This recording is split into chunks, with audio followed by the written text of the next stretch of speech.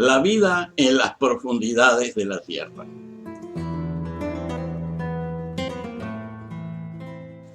Los humanos tenemos un prejuicio de seres que viven en la superficie de un planeta y creemos, y eso está mal, que es la única opción de la vida.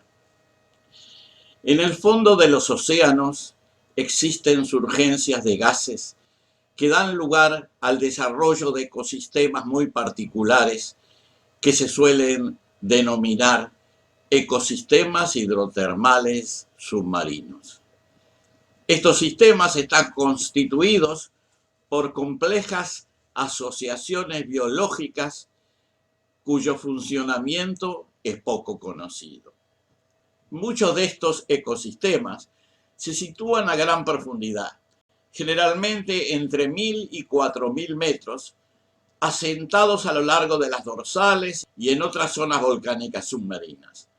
Son zonas de emergencia de fluidos ricos en hidrocarburos, gases y sales de azufre y otras sustancias minerales. A pesar de la aparente hostilidad de las condiciones de temperatura, presión y composición química del agua, estos ecosistemas poseen una rica biodiversidad. Todo el ecosistema reposa en una flora bacteriana muy rica que aprovecha la energía química y térmica de las emanaciones del fondo marino para desarrollar su metabolismo y que a menudo vive en relación simbiótica con los organismos pluricelulares locales. Las especies presentes incluyen grandes mejillones y almejas de 30 centímetros de longitud, enormes gusanos tubulares con largos pedúnculos que superan los 2 metros de largo, corpulentos cangrejos y otros invertebrados. Las fuentes de energía en dichos ambientes son sobre todo de tipo químico, basadas en la oxidación e hidratación de hidrocarburos, en particular del metano, generando hidratos de metano y sulfuro de hidrógeno. En algunos casos las emanaciones son calientes, pero también existen sitios donde hay manantiales fríos de petróleo, gases hidrocarbonosos y de azufre. Muchas de estas bacterias pertenecen al gran grupo de las arqueobacterias, Archaea, incluyendo las denominadas genéricamente hipertermófilas, que pueden vivir en temperaturas muy elevadas de 45 grados centígrados o más. Algunas incluso se desarrollan mejor con temperaturas por encima de los 80 grados centígrados. Señala Thomas Gold que ello ocurre porque sus membranas cerosas permiten los intercambios a temperaturas elevadas y a temperaturas más frías se endurecen y no funcionan apropiadamente. Este autor hace notar que la temperatura de ebullición del agua, que en la superficie es de 100 grados centígrados, sube a 300 grados a tan solo 876 metros de profundidad en el mar. El punto crítico en donde la fase vapor y agua líquida aparecen indiferenciadas se encuentra a 2250 metros de profundidad. En muchas comunidades hidrotermales submarinas, el agua es un fluido supercrítico y por lo tanto no hay problemas de ebullición del agua que podrían afectar los procesos vitales como ocurre en la superficie. Por esa razón, sostiene Gold, es posible imaginar que no solo en el océano, sino en los poros de las rocas, de los sustratos rocosos a gran profundidad, tal vez hasta 6 o 10 kilómetros, exista una abundante población de hipertermobacterias que utilicen la energía química disponible, en particular la que se puede extraer de la oxidación del metano y otros hidrocarburos.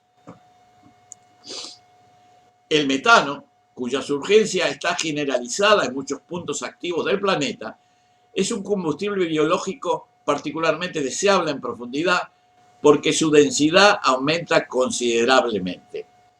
A 6 kilómetros de profundidad, el metano es 400 veces más denso que la superficie. Con esa densidad, las chances de que las moléculas de metano atraviesen las membranas de las arqueas, las bacterias, son muchísimo mayores y facilita su alimentación.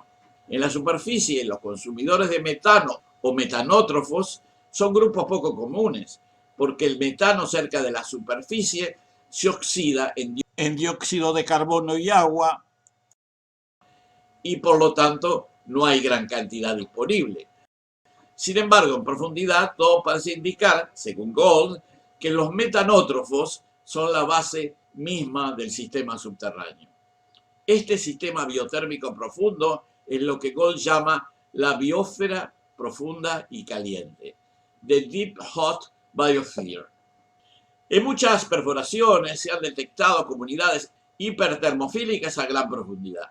El autor mencionado proporciona dos ejemplos: un pozo petrolero en Alaska, donde se pudo registrar biología activa a una profundidad de 4.200 metros y una temperatura de 110 grados centígrados, y un pozo de 5.200 metros en Suecia, donde se comprobó la presencia de microorganismos anaeróbicos con temperaturas de 60 a 70 grados. En las fuentes hidrotermales continentales no oceánicas, a menudo subaéreas, existen otros ecosistemas que también dependen de la energía química. El ejemplo de los manantiales hidrotérmicos de Yellowstone en los Estados Unidos es conocido.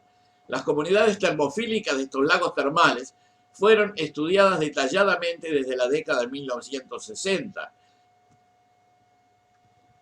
Una de las bacterias hipertérmicas identificadas y descritas en Yellowstone en esa época es la Thermus aquaticus, que permitió las primeras réplicas rápidas de ADN que posibilitaron el desarrollo de la industria biológica molecular de fines del siglo XX y principios del siglo XXI. Las bacterias que habitan dichos manantiales calientes utilizan los minerales en estado químico reducido y agentes oxidantes para desarrollar su metabolismo. En los lagos termales también habitan otros organismos que en la mayor parte de los casos son dependientes directa o indirectamente de las termobacterias antes mencionadas. En una primera instancia, estos ambientes hidrotermales, submarinos y continentales aparecen como ambientes extremos y anómalos, pero en la opinión del Gold, estos ecosistemas son la mera expresión superficial de una enorme biosfera profunda. No serían rarezas de la biología, sino por el contrario la modalidad más común de la vida en la Tierra y en otros planetas también. Sostiene este autor, con fuertes argumentos, que en la inmensa mayoría de los casos la vida se basa en la energía química y que la verdadera rareza biológica es la vida de base fotosintética. Los seres humanos somos animales de superficie y tenemos un prejuicio de seres superficiales. Nos imaginamos que toda la vida debe ser superficial, cuando en realidad la mayor parte de la vida es subterránea. La presencia de vida superficial en la Tierra es un fenómeno muy poco común, que se dio debido a las particulares características de temperatura, presión y composición gaseosa, líquida de la atmósfera e hidrósfera que tiene este planeta, y al influjo de radiaciones luminosas del Sol que permiten realizar la función fotosintética para sintetizar los compuestos de carbono que constituyen lo que llamamos materia orgánica. Comprender este hecho será muy importante cuando llegue el momento de explorar otros cuerpos celestes con el propósito de encontrar otras manifestaciones del fenómeno de la vida que seguramente existen en otros mundos.